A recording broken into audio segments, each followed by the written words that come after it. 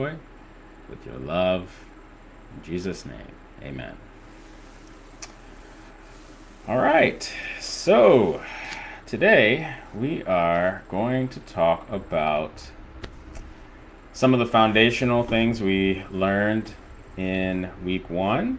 We're going to kind of recap a few things, and we're going to discuss a couple new things as well.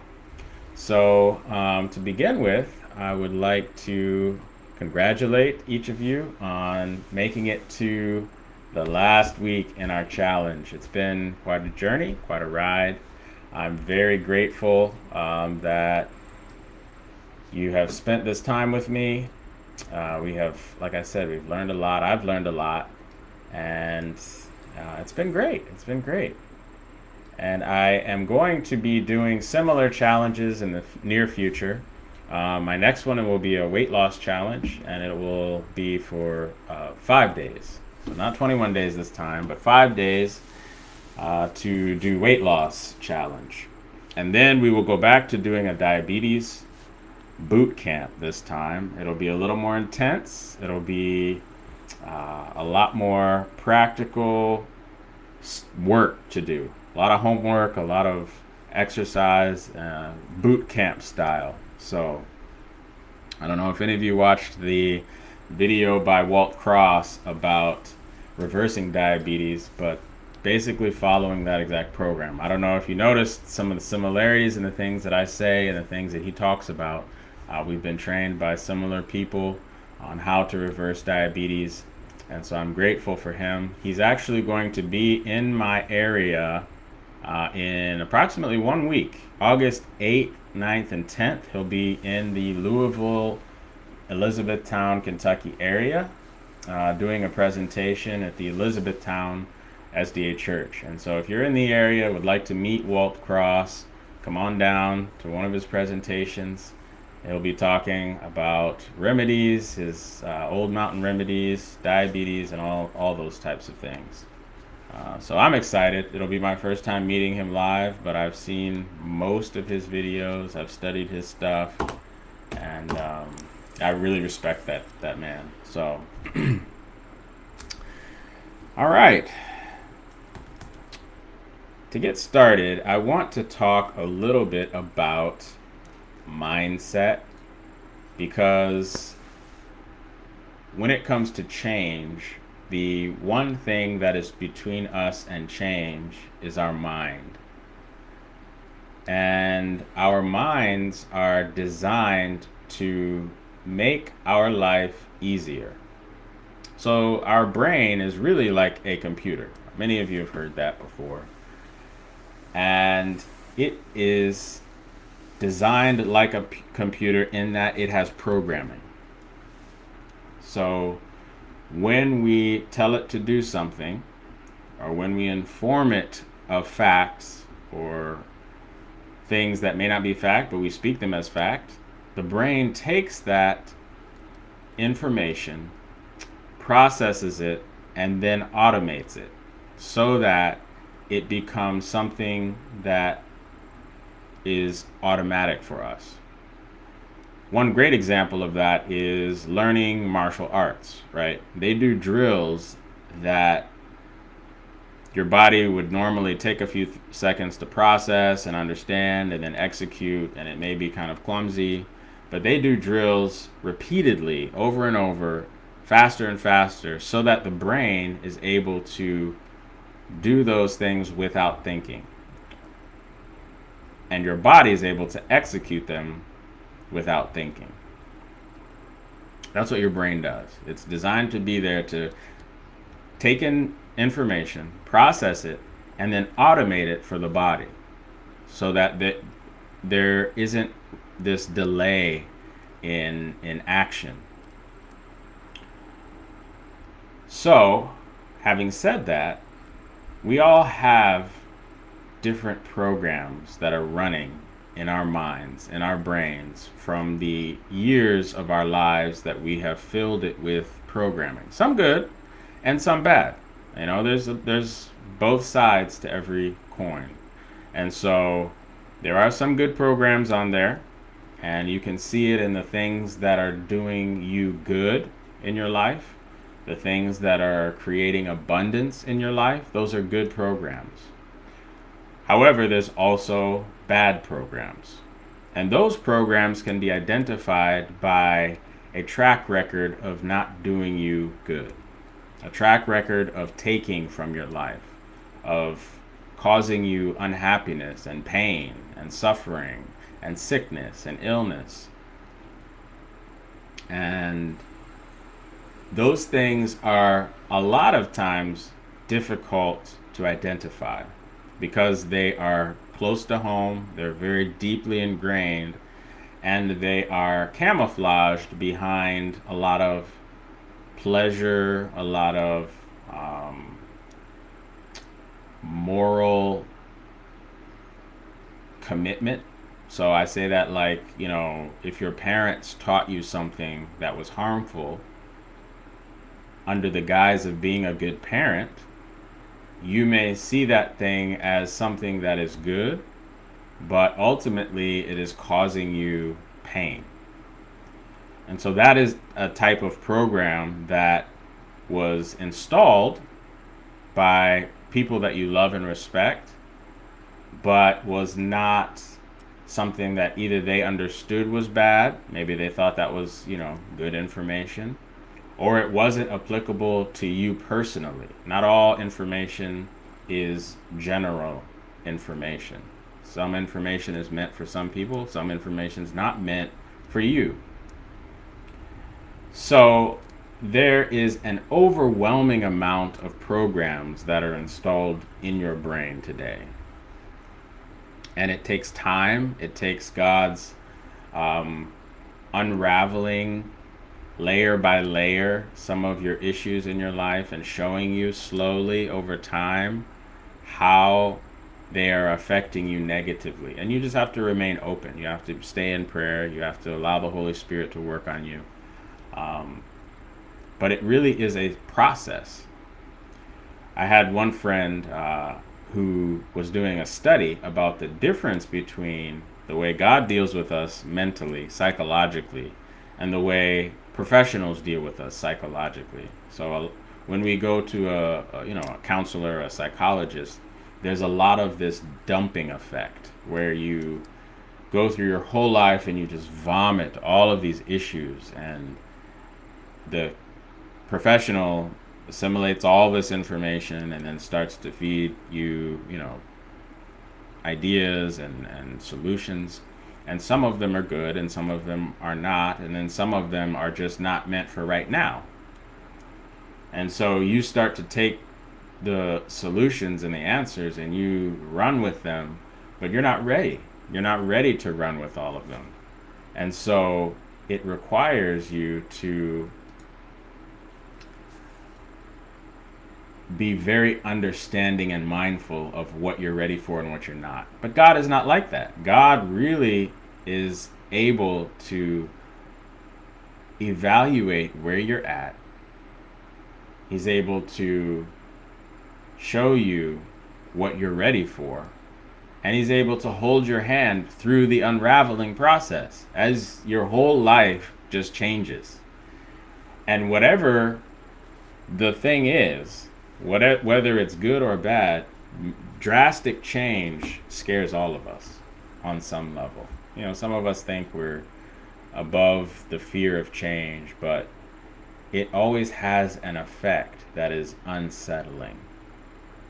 And God knows when you're ready and how you're ready and to what extent you're ready, and he helps you through it. And so it's so much different than professional clinical psychology, but it is far more effective and you're able to sustain it. I've been through counseling before, and like I said, some is very good. Some of the information is very good, but sometimes I had to pause on the information, on the unraveling, on the healing, and on the assimilation of the knowledge because it was too much. So I say all that to say is because these last couple weeks we have gone through a lot of information, if you had the privilege of watching all the videos I posted, reading all the information that I posted, it's a lot, and it demonstrates to you a lot of things that you may not have known before. Maybe you are falling short on. I know I did, and but God is able to take that stuff, reveal it to you in a way that you are ready, and when you are ready, and He's walking you through it. So I just wanted to encourage you with that, to share that God is able to take that information and hold your hand through the process. You just have to be brave and keep moving forward. Another mindset that I want to touch on is abundance versus poverty mindset. And God is a God of abundance. He owns everything. He blesses us abundantly, and He gives us abundance. He wants us to have abundance. And so He wants us to think from a place of abundance. It's very difficult, especially if you're not used to having abundance. And I am one of those people that has not had a lot of abundance in my life. And when I did, I misused it and I lost it. And so it's something I'm still struggling with. But it is very, very important to operate from a place of abundance rather than poverty. And what does that mean? So when you're acting from a place of poverty mindset, you are thinking about your limitations. You're thinking about your constraints and your lack, and you're focusing on those things. And when you do that, like we talked about earlier, your brain takes that as a program to say, okay, there's lack. I need to focus on solutions. Well, the solutions to my lack are me and what I have. And that becomes a very quick downward spiral into discouragement, despondency, and overall just unhappiness. So what God prefers for you to do, you and I to do, is to look at His abundance and to look at the idea that He's all powerful, He's all present, and He's all knowing. And He knows the end from the beginning. So He's already in your future, providing for you the things that you need. And so you can relax, rest in Him, trust in Him, and work from a place of abundance. So if your dad owned Google, for instance, there's not a day that you would be alive that you would ever worry about money, about food, about clothing, about a car, about a house, about anything, especially physical, because of who your father was and because of the amount of abundant financial property that he owned. That's kind of what it's like to work from a place of abundance. So that allows you the freedom to look within yourself and say, what am I truly passionate about? What are the very, very most important things to me in life? What are the most important things to me about my family, about my career, about my daily activities? What would I be doing if money were no option? Better yet, what would I be doing if I was guaranteed 100% success? Poverty mindset focuses on rejection, on failure, and abundant mindset says, if the thing that you undertake were guaranteed 100% success, what would you do? For instance, I like to write. So if I were to think from that perspective and understand that the book that I was writing was going to be a New York Times bestseller, I'd be able to retire because I'd make millions off of it. It was going to be a guaranteed success overnight. What would my efforts look like to write that book? Well, I can guarantee you that I would be writing a lot. And I'd be writing with a confidence that I definitely don't now have. And that is what it's like to operate from a place of abundance. Understanding that God desires abundance for you, and He's put promises, which are secret formulas to success. Every promise has a condition, which is a gift from Him, and it has an outcome, which is also a gift from Him. And it's a guaranteed success.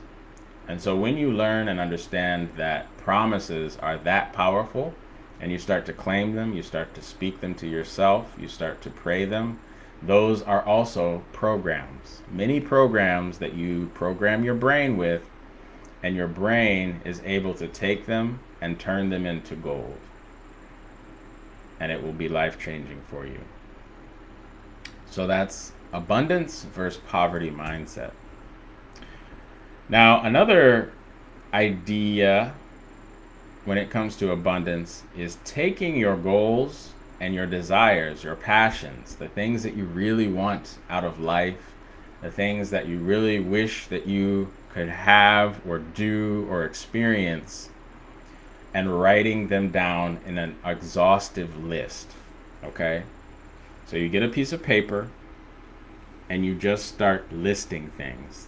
Outside the box, inside the box, the crazy, wild things from your childhood that you've always wanted to do, the things that you and your spouse have always dreamed of having.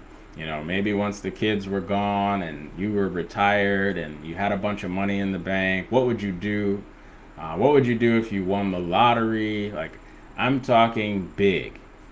As big as you can think, as small as you can think, and you list those things out on paper.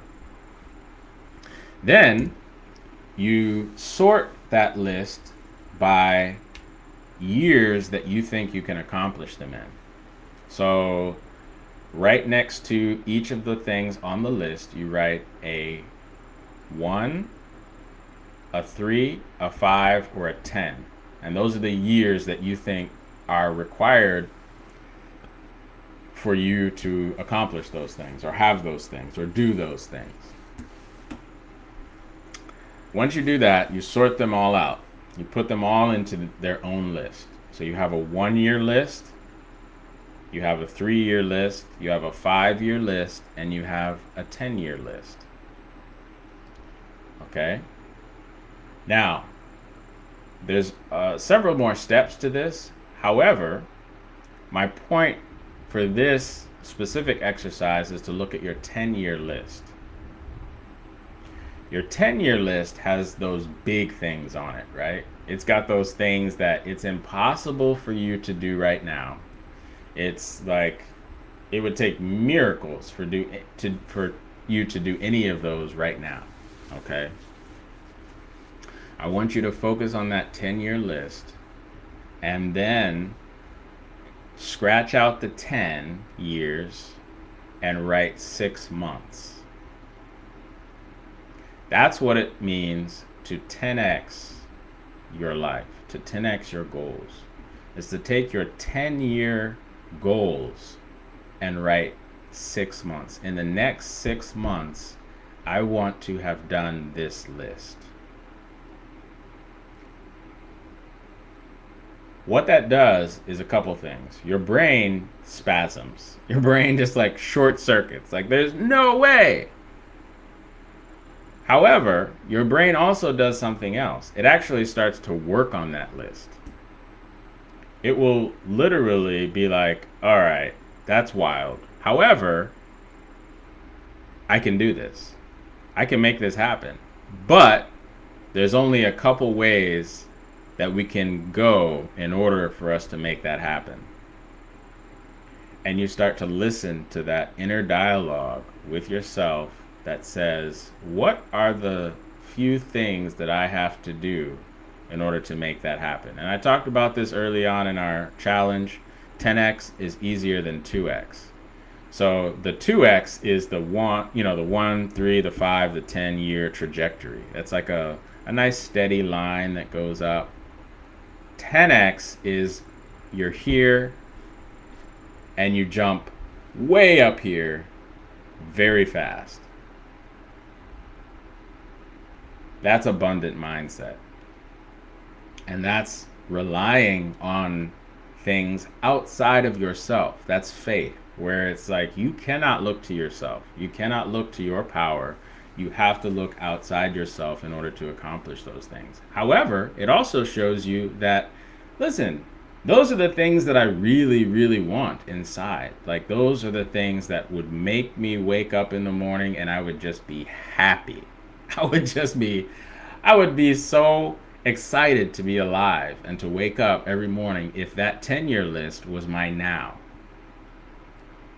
And that really starts to change the way that you look at life. And those few things that you would have to do to make that happen start to become more and more of a reality for you. Because that's what God wants you to do. He wants you to operate from a place of abundance. So specifically for our health, that is a challenge because we've been fed a lot of programming that the health we have is something we can't change. That in order to change it, we have to be a supermodel on TV that has access to all sorts of super expensive treatments and supplements and operations. And those programming bits of data have really stunted our ability to operate or function. And so we've lived with our health issues our whole lives, and we are assuming that that's how we will continue to live our lives. But we don't want that, right? We want something better. We want to be healthy, we want to be happy, and we want to live abundantly. And so we have to start addressing these bits of programming, which I like to call viruses. Just like on your computer, they're computer viruses that go in and replicate and create havoc and chaos. They aren't there to help you in any way. And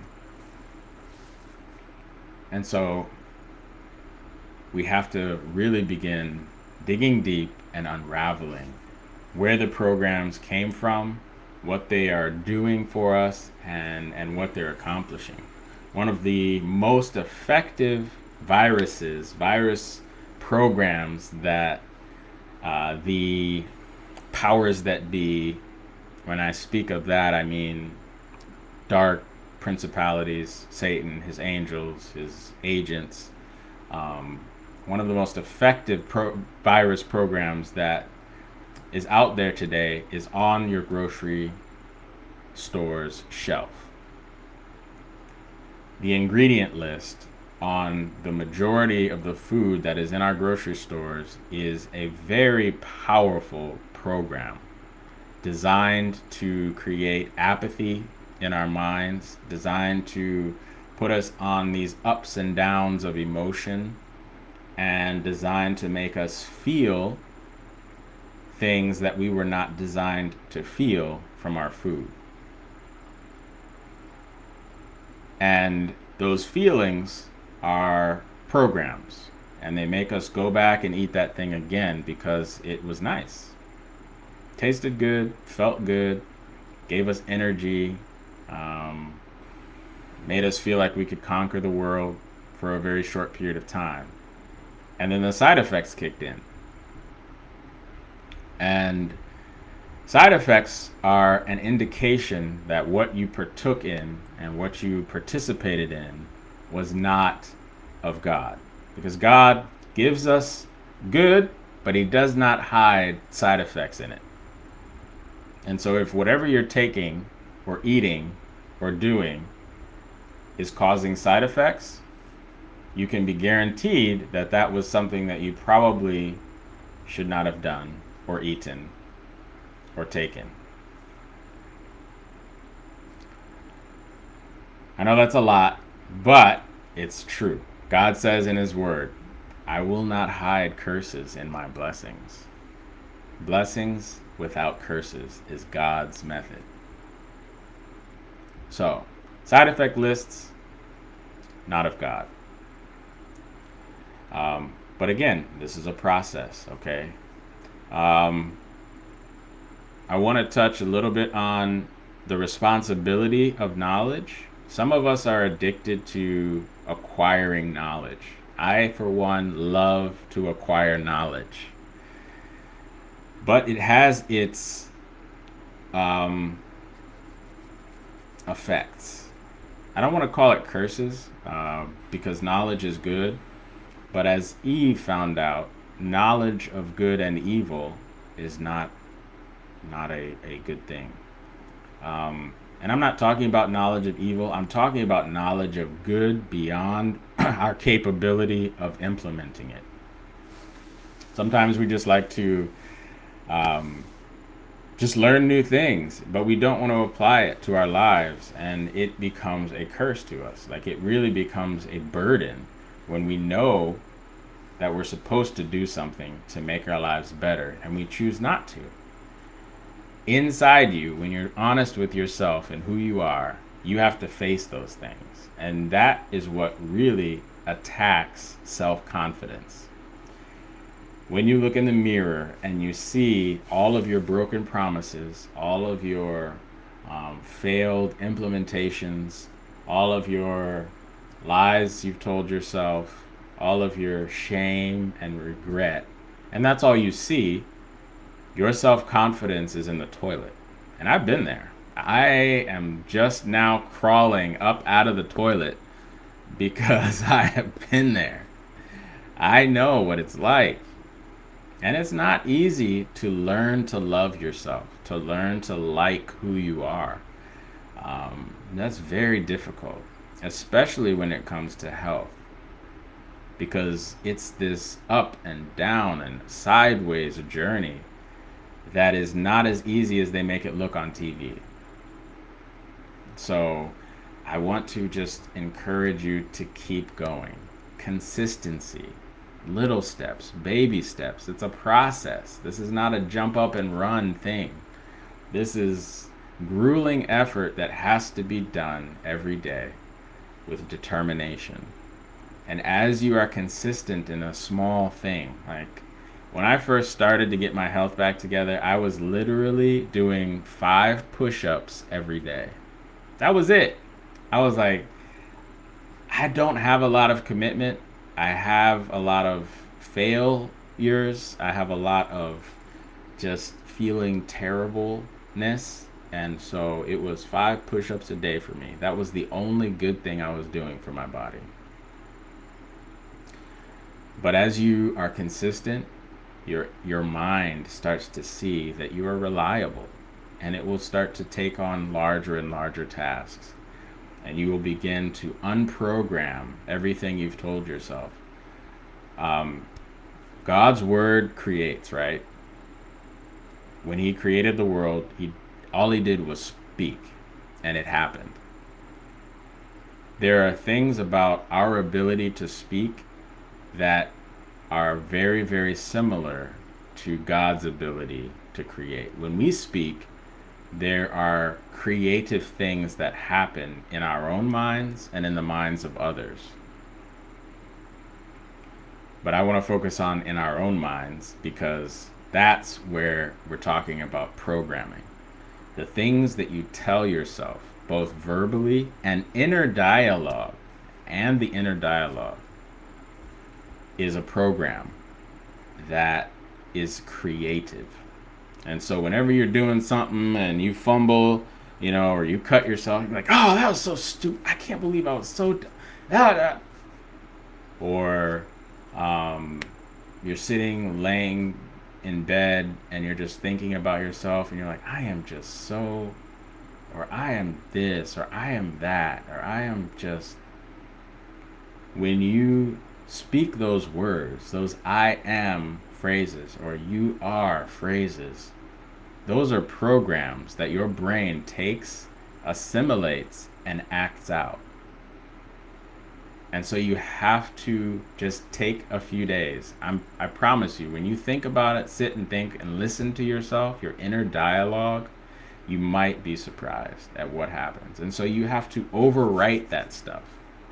And that's why when we talk about trust, and like today, this week we're talking about rest and trust. And I talked about praising, saying 50 things you're thankful for every day. That's overwriting that inner dialogue. And it's been a huge blessing for me for the past couple weeks doing that. I haven't made it every day, but I have been diligent to try and do this. And it has been life changing for me and for my relationship with my wife and my children. And I've learned so much, and it's, I see it overwriting. Like, it takes time, it takes effort, it takes a process, but all work works. All work works. Whether you see it or you don't, it's either working for you or it's working on you. All work works. So don't be discouraged if you don't have this instant gratification like we're so programmed to enjoy and look for in life. Our TikTok minds want to just scroll and have things happen and have that burst of dopamine every time we make any effort. And that's not real life. Real life is hard work. Real life is waiting for the process to do its thing. And so consistency is the key. Consistency increases your self-confidence, which allows you to take up bigger and better things. But you have to start small and you have to stay consistent. Now, the reason that is that way, why is it you can't just jump to the end, is because if you were to take you now and me now, my mind and my ability and your ability, and 10x today, and just be handed all of the stuff, we wouldn't be able to handle it. We wouldn't be able to keep it. It would just go to nothing. Like, it would waste away. It would rot in our hands, literally, because we wouldn't know what to do with it. And so that's why the effort, the grind, the process is so important. You have to change your be. And the great thing is that even if you only did a fraction of the things that we talked about doing in this challenge, even if you only watched or read, a very small amount of the information in this challenge, you have still made an effort to change who you are. You have learned something that has changed who you are on a very fundamental level. And that is going to change even a fraction of what you do. Even if all it does is make you look at ingredient lists a little closer. That's doing something different, right? That in itself is going to change what you have. There's things that you won't buy anymore. Like, there's things where I'm just like, I just cannot buy that. Like, I don't eat like 100% clean. I still eat things that, have stuff in it that I'd prefer not to put in my body, and I'm working on that. But there are some things on the shelf that I look at the ingredients and I'm like, I'm sorry, I can't. Like, it is like a list of 7 different dyes and 5 different sugars, and ultimately I'm like, it doesn't taste that good. Especially cereals. Like, cereals, from a child, I'd never really eaten a lot of the sweet stuff, but I always dreamed. I was like, man, when I become an adult, I'm gonna eat all the ones that I wasn't able to eat as a kid. And now, like, I pick up the box. I'll go in the store and I'll pick up the box and I'll be like, today's the day. I'm gonna do it. And then I see the ingredients and I'm like, I just can't. I can't. I'm sorry, I can't. And I put it back. I grab some granola or something. But it's something that is amazing how it works. When you have new information, it creates in your brain a new program, and it will execute that program. The devil knows this. That's why social media is all about programming. They say that to you. They tell you that on the television. They're like, "All right, stay tuned for our evening programming." Like this is, it's in the verbiage. They know. Entertainment is taken from the root word to just entrance, like to entrain your mind to do something that you wouldn't normally do.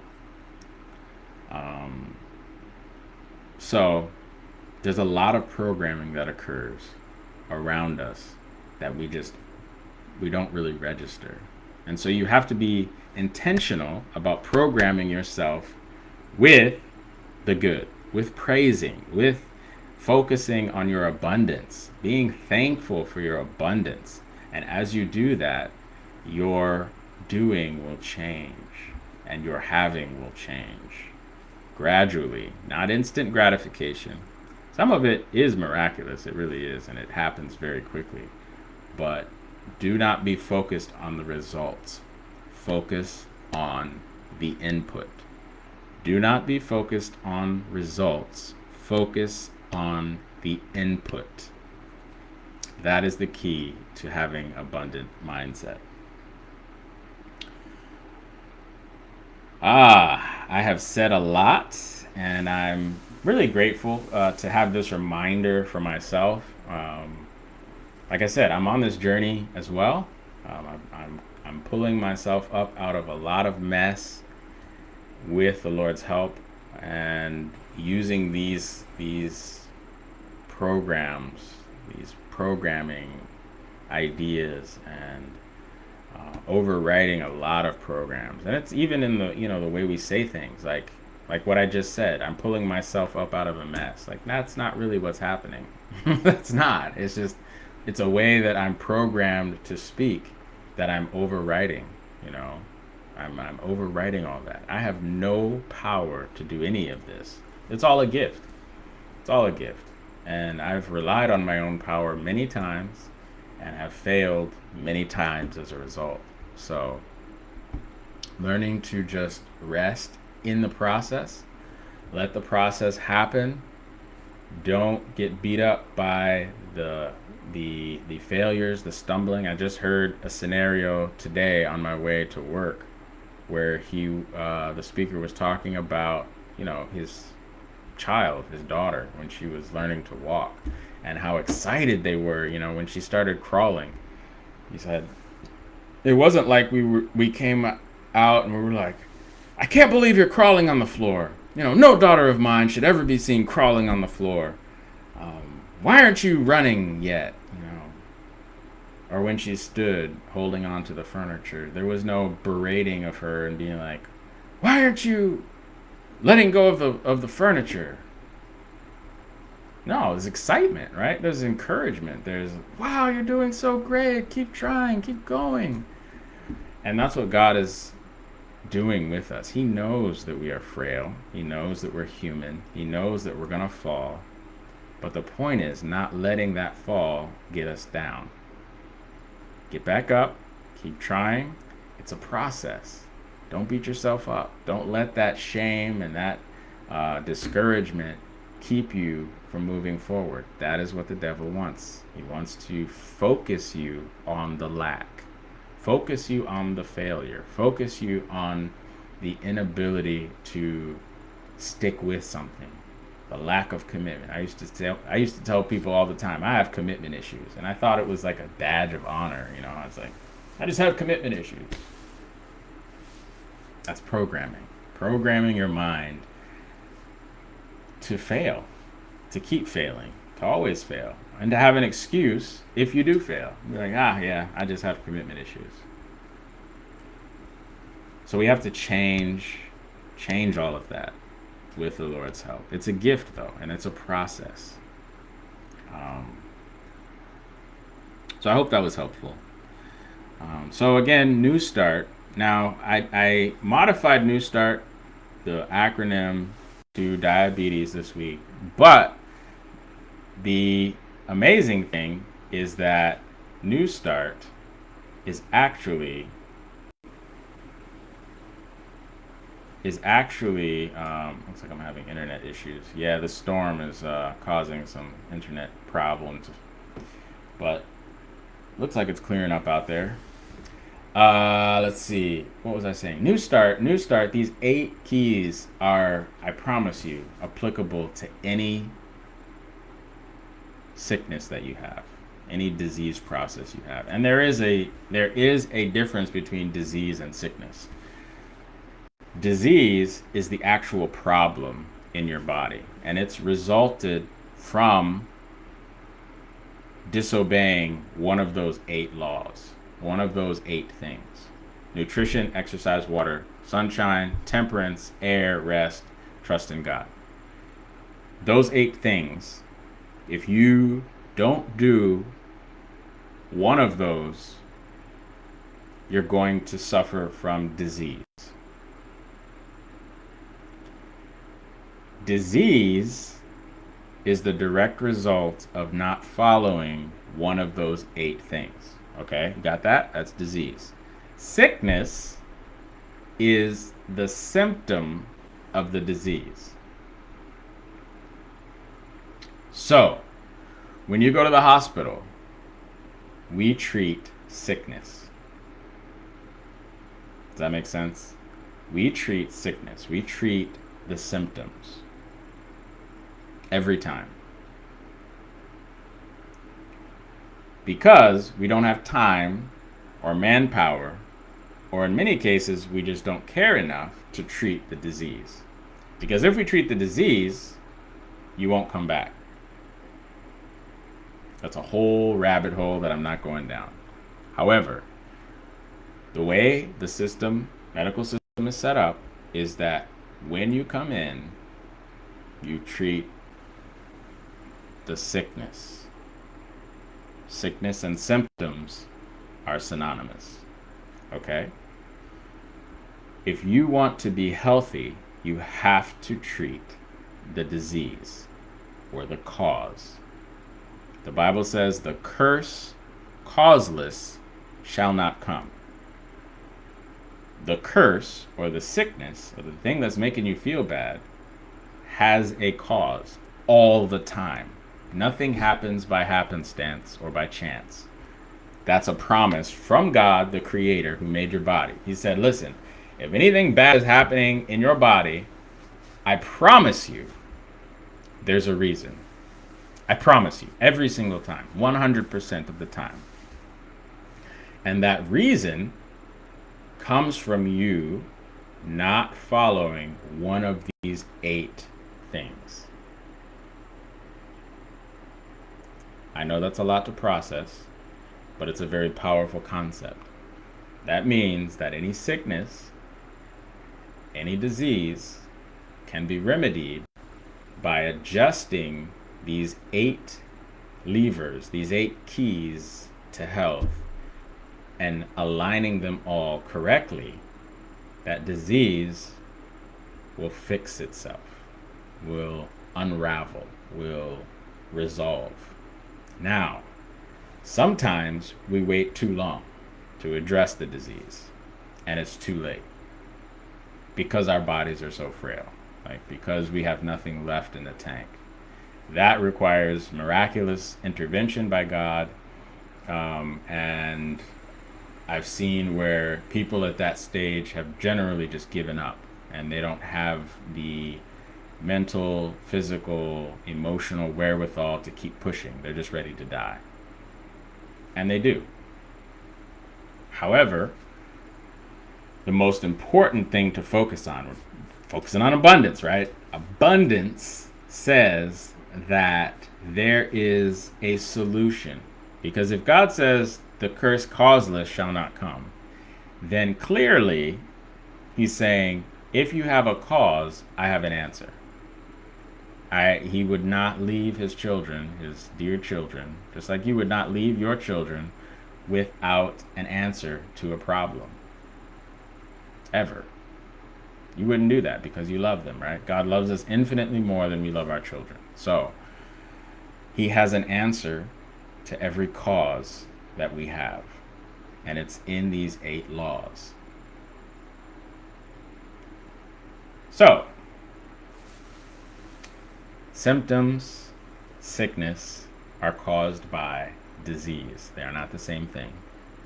Disease is caused by not following one or more of these 8 laws. I'll give an example. An example is I do not like water. I hear this pretty much every day in the hospital. I'm going back to work tonight, actually, and I'm going to hear it again, I'm sure. I don't like to drink water, or I don't drink water at all. I never drink water. The last time I drank water was in 1986 when I had to take a pill. Like, literally, I've heard these words come out of people's mouths, and I just do not get it. But I was raised, as a child, I was raised to drink water all the time. First thing in the morning, my dad was like, son, get a glass of water. And then he was like, did you go pee? Go drink some water. Always drilling water into my mind. And so it's a program that runs on auto. And my mouth is adjusted that it goes dry every time I pee now. So my body's even programmed by that, which is a very great example of how parental programming is so powerful throughout your life. And that's why God says, train up your child in the way they should go, and when they're old, they won't depart. Like, it's so deep in them, which is also an encouragement to you mothers that have straying children. I promise you, if you have taught them any amount of good, it's in there. They're just fighting it. They're avoiding it. I've been that son. I have strayed far, far, far, far, far. And God has been faithful, and he has been so good to me because of the lessons that my mother taught me. And I'm just very grateful for that. And so keep praying for them. Have faith that God's promise is sure. Claim those promises. The ABCs of claiming promises is ask, believe, and claim. It's that simple. Simple as ABC. 3 steps. Find the promise.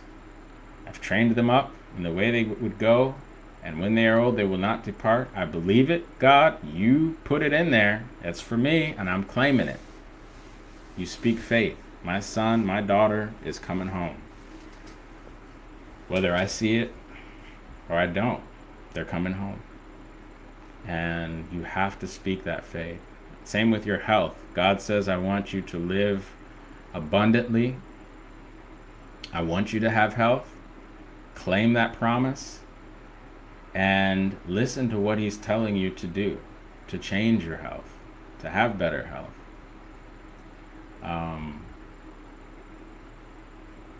Again, programming. It's a very, very powerful tool.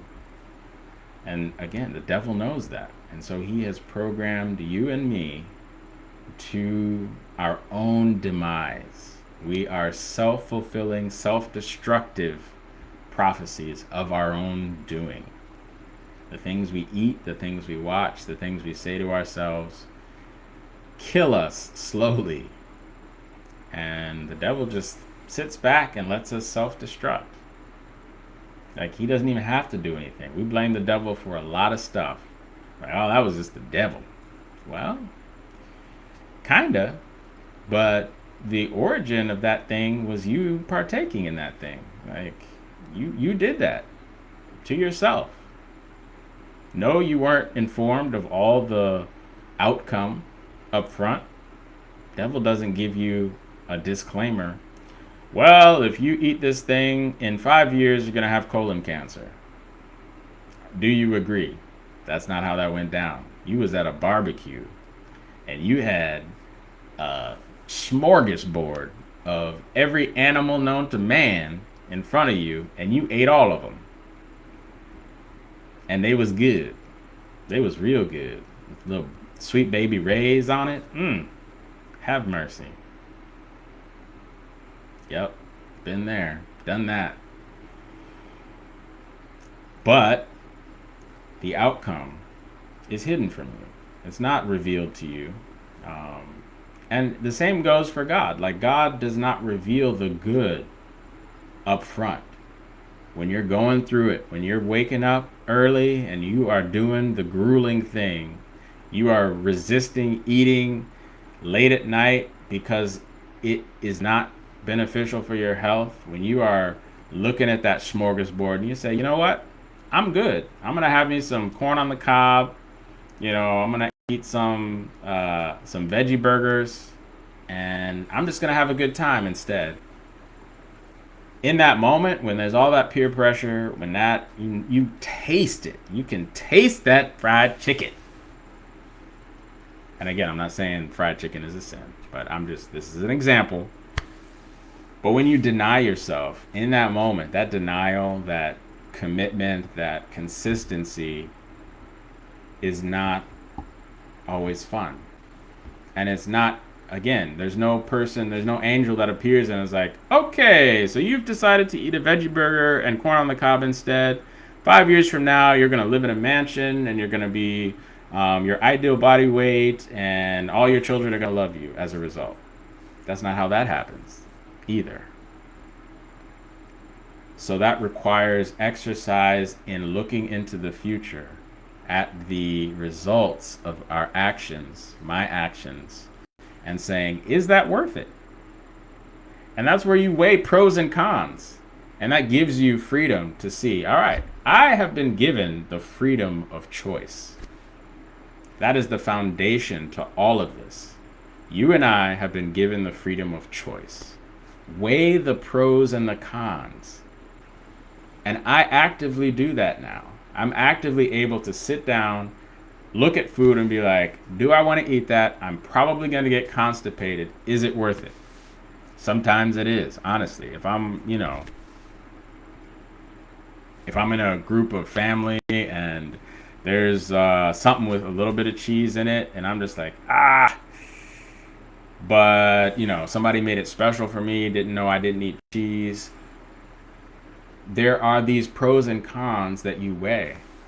Would I rather offend them than eat that thing? Sometimes, yeah, if it's pork or something, that I'm just like, there is no way I am putting all of them parasites in my system that I'm going to have to deal with for the next 6 years and may end up in my brain. I may end up with encephalopathy from parasites and have a seizure disorder, which actually happens. Most seizure disorders can be found to be parasites in the brain from eating pork. So, do I want that in order to not offend this person? No. So I'm going to say, listen, I'm sorry, I don't eat that. But thank you. But if it has a little bit of cheese, does that have stuff in it too? Is that going to make me constipated for a couple days? Potentially, yes. And, I'll just up my fiber, flush my system, that kind of stuff. Pros and cons. We have choices. We have choices. And God says, I've set before you life and I've set before you death. Please choose life. Please choose the better route. Whenever you're at a crossroads, choose the better route. You're going to be happier in the long run. You're going to experience more freedom. You're going to have more things on that 10-year list that you want. The more you choose the right path, the more of those 10-year things you're going to experience. And you can start today. You can start moving forward with that 10-year list today. It's such a powerful concept, and I hope that you are able to implement just a little bit of it, just a tiny bit. You don't have to be drastic. Small, consistent pieces moving forward. And I just want to thank you guys for joining me. Are there any questions? I know I've talked a lot, but I really wanted to drill in some of these foundational issues, foundational principles that we all struggle with. I'm struggling with too, but are so empowering when you understand them and when you put them into practice, and allows you to make these changes and keep these changes. Yeah, I appreciate election. I'm going to work on it. You can do this. That's right. Yeah. Get that list. Get that list together. Get those goals down. Things you've just wanted, those passions, those desires you've always had, and just they're always out of your reach. Put them down, set them out, and then just let your brain work on taking that 10, 20-year goal and making it this year goal. In the next year, I want those things. And I'm going to have those things. And with God's help, we're going to do this. We're going to make it happen because life is short. People cease to exist very quickly. I see it every day. Life is very short. And so you want the best. God wants the best for you, the most abundance for you now. Don't wait for it. Don't wait for it. And as you have that, as you start to succeed, as you start to accomplish those things, that's when people are going to come up to you and be like, what are you doing? Like, what is it? Something's different. You're doing stuff that I didn't think you could possibly do. But what is it? Tell me. And that's where you're able to share. And that's where you're able to teach effectively. A lot of us, we want to take the things we're learning and pound people over the head with them. And that's not the way. You have to recognize that they too have that power of choice.